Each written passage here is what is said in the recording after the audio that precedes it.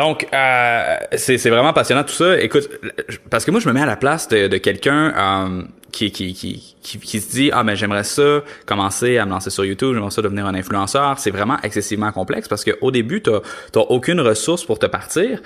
Tandis que de l'autre côté de la médaille, c'est les gens qui travaillent pour une entreprise. L'entreprise a les ressources pour engager les gens, a les ressources pour être capable d'avoir l'équipement nécessaire. Sauf que je trouve ça vraiment ironique parce que les individus ont la volonté de se partir sur YouTube, mais les entreprises ont très rarement la volonté de se partir sur YouTube à cause que la création de contenu, comme que tu le sais, c'est quelque chose qui est excessivement long, c'est relativement complexe, ça prend beaucoup de temps, ça prend un bon commitment de la part de l'entreprise.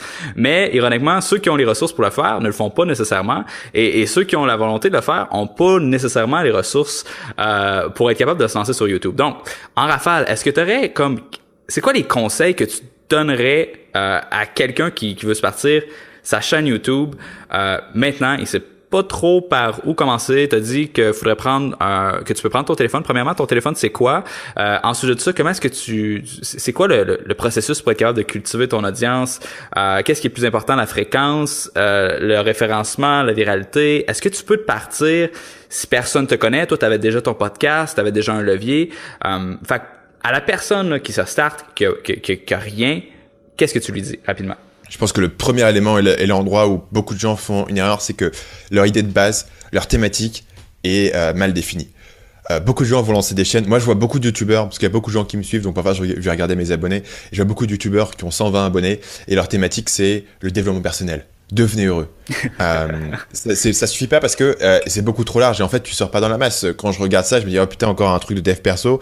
Et je vais revoir les mêmes conseils que j'ai vus partout et ça va être dit et redit. Vrai ou faux d'ailleurs. C'est pas important de savoir si la qualité de leur vidéo est bon parce que de toute façon je vais pas cliquer dessus parce que j'ai l'impression que c'est quelque chose que j'ai vu par ailleurs. Donc tu peux pas juste prendre une thématique super large et espérer percer. Moi j'ai percé au départ parce que j'avais une thématique assez réduite qui était comment convertir plus de visiteurs en acheteurs. Et j'ai analysé des vidéos de vente et des pages de vente. Et personne d'autre faisait des analyses de vidéos de vente et de pages de vente, donc j'avais un angle qui était un petit peu différent et j'avais ce ciblage qui était précis. Et beaucoup de gens, moi c'est un truc qui revient toujours quand je discute avec mes clients au téléphone, c'est qu'ils ont peur de se limiter en prenant un sujet trop précis. Alors qu'en fait c'est l'inverse. Enfin, je veux dire, il est possible qu'un jour tu satures ton marché initial si tu prends un marché précis, mettons. Il est possible qu'un jour je sature l'idée de la vente et du marketing direct et de la page de vente et du copywriting. Et dans ce cas-là, je peux parler de nouveaux sujets. J'ai juste à changer la tagline de ma chaîne, le positionnement. Voilà, ça peut évoluer au fil du temps. Mais beaucoup de gens essaient de se lancer sur un truc trop large, ont des visions de grandeur et pensent pas du point de vue du spectateur. Et le spectateur, il va te suivre si tu apportes quelque chose de différent de ce qu'il peut trouver ailleurs. Et la meilleure façon d'apporter un truc de différent, c'est d'être précis sur une problématique précise et d'aller plus profond. Si tu parles de tout, tu vas avoir des sujets vraiment larges. Tu vas faire une vidéo sur comment avoir plus de trafic, une vidéo sur comment créer une page Instagram, une vidéo sur comment créer une page de vente, etc. En fait, tu regardes ma chaîne, tout est technique de persuasion, technique de vente, page de vente. Donc, je suis obligé d'aller profond dans mon contenu et d'aller sur des trucs assez pointus sur lesquels assez peu de gens font. Et du coup, ça permet à ma chaîne Marketing Mania d'apporter quelque chose de différent. Et je pense que c'est vraiment l'erreur numéro 1, c'est sur la thématique que tu choisis. Après, une fois que tu as une thématique comme ça, il faut la développer sur le format. Donc, il faut trouver quelle est la bonne façon de parler de ce sujet. Je pense par exemple, tu vois, un YouTuber comme Antoine BM, quelqu'un que j'ai pas mal regardé au début parce que ça a été un des premiers dans notre milieu un peu de l'entrepreneuriat à monter une grosse audience sur YouTube.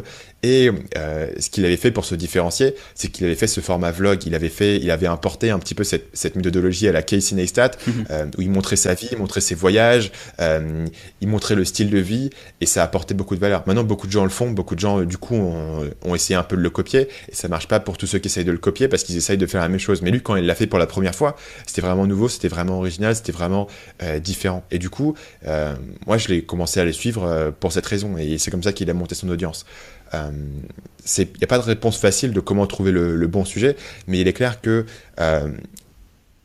beaucoup plus de gens font l'erreur d'être trop large et trop vague et de vouloir toucher trop de monde plutôt que d'être trop précis. Tu vois. Quand tu es la meilleure personne sur ton domaine, les gens ne pourront que faire attention à ce que tu racontes.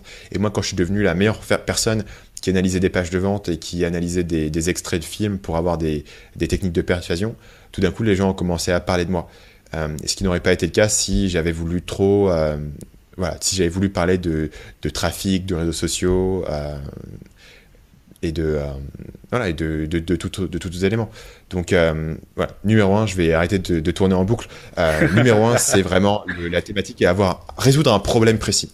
Et je pense que l'idée de problème est important plutôt que d'avoir un sujet. C'est quel est le problème, quelle est la douleur que vous allez résoudre. Donc, si on peut résumer, je pense que ce qui est le plus important, c'est vraiment de trouver sa niche, de trouver une façon unique d'aborder cette niche-là. Et ensuite de ça, on s'en fout c'est quoi la qualité du matériel que tu utilises. Tant que tu as un son qui est décent, on pourrait dire quoi? On pourrait dire que définitivement, sous la barre des 500$, on est capable d'aller chercher assez d'éclairage, un bon petit micro, tu prends ton téléphone avec un trépied et tu es capable de commencer à créer du contenu. Moi, je pense que la chose la plus importante à faire, c'est de commencer à faire du contenu et de publier son contenu sur une base régulière. Il y a une citation de Gary Vaynerchuk qui était... c'est sûr que je vais probablement la butchered, mais je pense que c'était t'as juste besoin d'avoir un coup de circuit pour devenir un influenceur. T'as juste besoin d'avoir une vidéo qui devient virale pour être capable d'aller chercher ta notoriété. Et ce que je vois avec ta chaîne, c'est justement ça. Tu as eu une grosse vidéo et ça l'a drivé une croissance incroyable. Ça a établi ta notoriété. Et il y a une espèce de facteur de chance en même temps à travers tout ça. Un mix entre la persévérance, le travail fort et avec un peu de chance, tu vas avoir un coup de circuit à un moment donné qui va faire en sorte que tu vas que les gens vont te découvrir finalement. Et ça me fait penser à un autre mec qui s'appelle Jonathan Mann. Il avait fait une conférence, je me rappelle plus c'était où, je pense que c'était au sommet de la domination mondiale ou sur un TED Talk, un des deux. Le premier, c'est un événement de Chris Guillebeau qui est en Californie. Super intéressant. Et lui, ce qu'il faisait, c'est qu'il fait une chanson par jour. Et là, il est rendu... si on tape son nom sur Song A Day ou Jonathan Mann sur YouTube, on voit qu'il est rendu à plus de 3000 jours consécutifs qu'il fait une chanson sur YouTube, ce qui est complètement incroyable. Et dans la présentation qu'il avait faite, je pense, dans son TED Talk, justement, il partageait les statistiques de sa chaîne YouTube. Et ce qu'il disait, c'était que dans toutes ces 3000 chansons, dans ce temps-là, c'est probablement moins, mais dans toutes les chansons qu'il avait publiées jusqu'à maintenant, il y en avait 2 ou 3 qui avaient eu des pics incroyables de trafic avec des millions et des millions de views. Et c'est ça qui a drivé le 90% de ses abonnés. Alors c'est vraiment, en tout cas de ce qu'on peut voir avec ta chaîne, de ce qu'on peut voir avec Jonathan Mann et Gary Vaynerchuk, c'est vraiment la persistance, créer du contenu de qualité et le publier, puis un moment donné, il va y avoir quelque chose qui va cliquer et le reste va suivre. Qu'est-ce que tu penses de ce que je viens de dire? Est-ce que tu es d'accord avec ça? Je suis d'accord avec ça et je vais rebondir même sur une anecdote un peu marrante. On connaît tous le principe des 80-20, c'est-à-dire que 20% de tes actions vont générer 80% de tes résultats.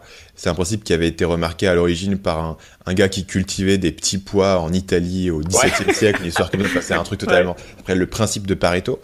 Et en fait, moi j'ai été curieux, j'ai calculé ça. Et en fait, sur ma chaîne YouTube, le principe de Pareto s'applique exactement. Ce qui veut dire que les 20% de mes vidéos génèrent 80% de mes vues.